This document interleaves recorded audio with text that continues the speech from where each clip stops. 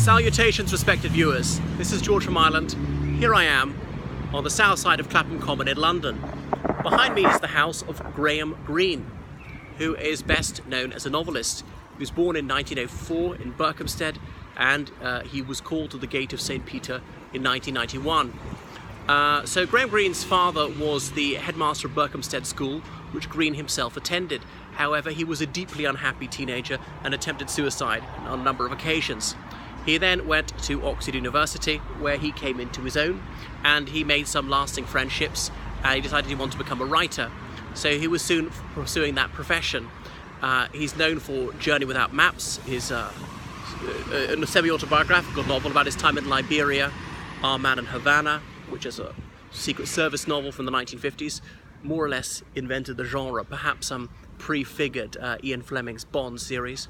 The Quiet American, which was published in 1958, if memory serves, and that is about an unhappily married British journalist living in Vietnam in the last days of French colonial rule, who befriends an American who's supposedly there to provide free glasses to Vietnamese with poor eyesight. Turns out this American chap surprisingly speaks fluent English. The British chap's wife is back in the United Kingdom, and he wants to get divorced from her. It's a very difficult and expensive legal process. His wife's a Catholic, so won't think of it. This British chap has a Vietnamese girlfriend much younger than himself who wants to wed her. This Vietnamese woman then leaves him for the American, and blah blah blah. I won't spoil the plot. You ought to read the novel. It's very fast moving, readable, typical Greene. Not too embellished, pared down. And it was made into a superb film starring Michael Caine and Brendan Fraser about 15 years ago. The End of the Affair is another renowned novel by Greene. Brighton Rock is another one, with Pinky as its principal character.